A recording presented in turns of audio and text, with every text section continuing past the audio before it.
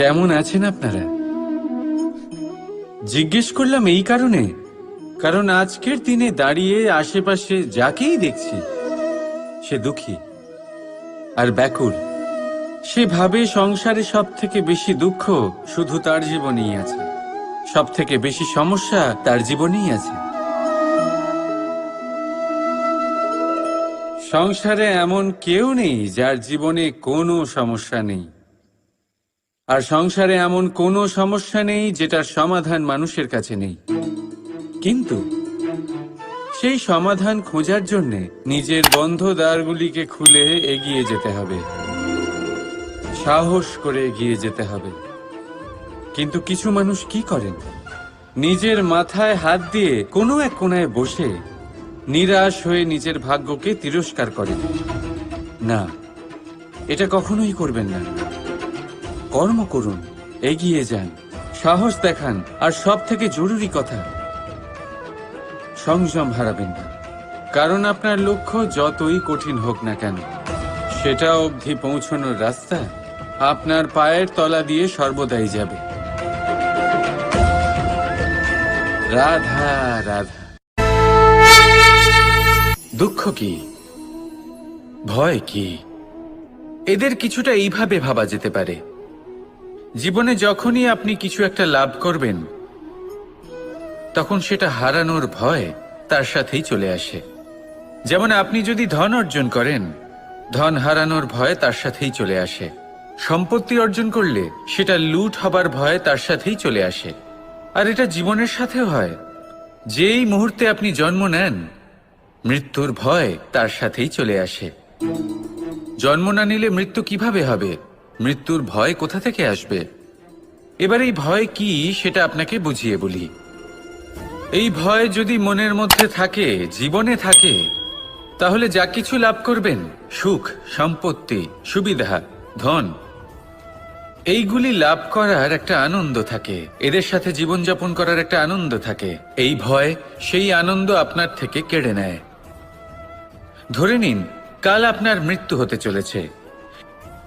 এবার কালকের মৃত্যুর ভয় আজই মনে পুষে রাখলে, তাহলে এই ভয় আজকের সুখ, আজকের শান্তি আপনার থেকে কেড়ে নেবে। ভয় এটাই করে। সেই জন্য মনে রাখবেন, ভয়ের সঙ্গ আপনি ত্যাগ করে দিলে জীবন যাপনের যে সুখ তা চিরকাল আপনার সাথে থাকবে। আসুন আর আমার সাথে ভালোবেসে বলুন, রাধা রাধা। দুঃখ এমন এক অনুভূতি যেটা আমরা চাই বা না চাই, আমাদের জীবনে এটা অবশ্যই আসবে।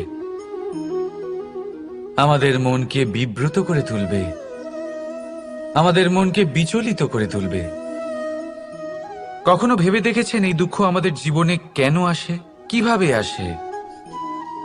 যদি আপনি মন দিয়ে চিন্তা করেন, তাহলে আপনি বুঝতে পারবেন যে এই দুঃখের অনুভূতি পরিস্থিতির থেকে বেশি মানসিকতা, মানসিকতার থেকে বেশি আশেপাশের লোকজনের সাথে জড়িয়ে। কারণ আশেপাশের লোকজনেরাই আপনার জন্য পরিস্থিতি তৈরি করেন, যা ভালোও হতে পারে আবার খারাপও। আপনার আশেপাশের লোকজনেরাই আপনার মানসিকতাকে প্রভাবিত করে, হয় তাকে ভালো করে অথবা খারাপ করে। আমাদের জীবনের অর্ধেক দুঃখ এই কারণে যে আমরা তাদের উপরে আশা রাখি যাদের ওপরে কোনো আশা রাখা উচিত নয়, আর অর্ধেক দুঃখ এই কারণে যে আমরা তাদের ওপরে সন্দেহ করি যাদের ওপর সেটা করা উচিত নয়। তাৎপর্য এটাই যে মানুষকে চেনার চেষ্টা করতে থাকুন। যেদিন আপনি এটা বুঝে যাবেন যে কে সুজন আর কে দুর্জন, সেই দিন এই দুঃখ আপনার জীবন থেকে দূরে কোথাও চলে যাবে। রাধা রাধা।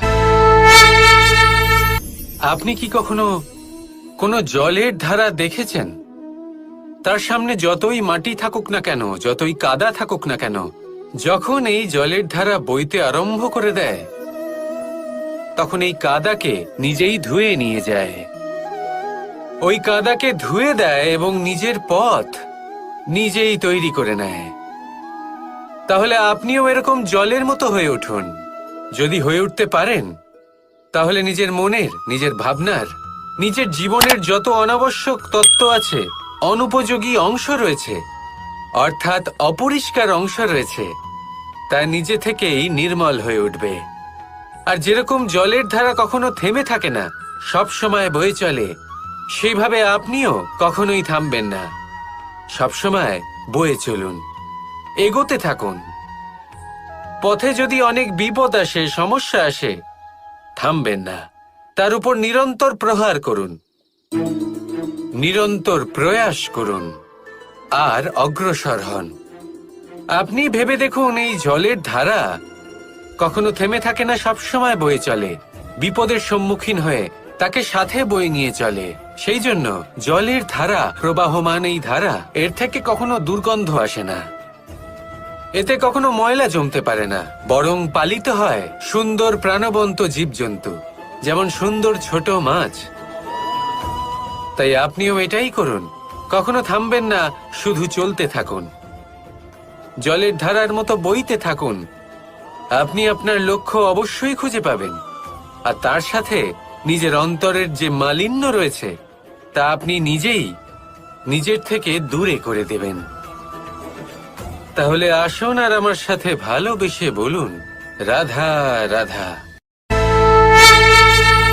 এই সংসারে আমাদের জীবনের সবথেকে বড় দোষ কি আপনি জানেন?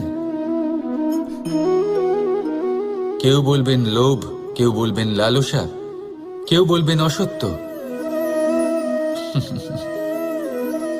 দেখুন, দুঃখের মূল কারণ হলো পরিশ্রম না করা। কিছু মানুষ ভাবেন যে আমি জীবনে কোনো পরিশ্রম করব না, অথচ আমি সবকিছু প্রাপ্ত করতে চাই। আর এমন এক কারণের জন্যই দূতের মতো খেলা আমাদের জীবনে প্রবেশ করার সুযোগ পায়। দূত, এই দূত আসলে কি? দূত অর্থাৎ কোনো পরিশ্রম ছাড়াই অন্য কেউ পরিশ্রম করে যা অর্জন করেছেন, যে সুখ সুবিধা অর্জন করেছেন, তা নিজের জন্য শুধুমাত্র একটা খেলার মাধ্যমে নিজের করে নেওয়ার ইচ্ছে। আর এই ইচ্ছে অত্যন্ত বিনাশকারী হতে পারে। এই ইচ্ছে যদি আপনার বিবেক, আপনার মন, আপনার চেতনা, আপনার ভাবনা প্রবাহিত করে ফেলে, তারপরে আপনি চেষ্টা করতে শুরু করে দেবেন, আর সেইখান থেকেই আপনার পতন শুরু হবে। এই চেষ্টা করবেন যে অন্য কারোর জীবনের সমস্ত ধন, তার সমস্ত জীবন সম্পূর্ণভাবে নিজের করে নেওয়ার। কারণ প্রথমে আশা জাগ্রত হয়, আর এই আশা হতাশায় পরিণত হতে সময় লাগে না। এই হতাশা কুণ্ঠায় পরিণত হতে সময় লাগে না, কুণ্ঠা লোভে পরিণত হতে সময় লাগে না, আর এই লোভ প্রতিশোধ স্পৃহাতে পরিণত হতে সময় লাগে না। আর যখন এই সব কিছু হয়, আপনি দুষ্ট হয়ে যান। আর সবাই জানেন যে প্রত্যেক দুষ্ট ব্যক্তির পতন হলো অবশ্যম্ভাবী। তাই নিজেকে দূতের থেকে দূরে রাখুন আর পরিশ্রমকে নিজের কাছে টেনে নিন।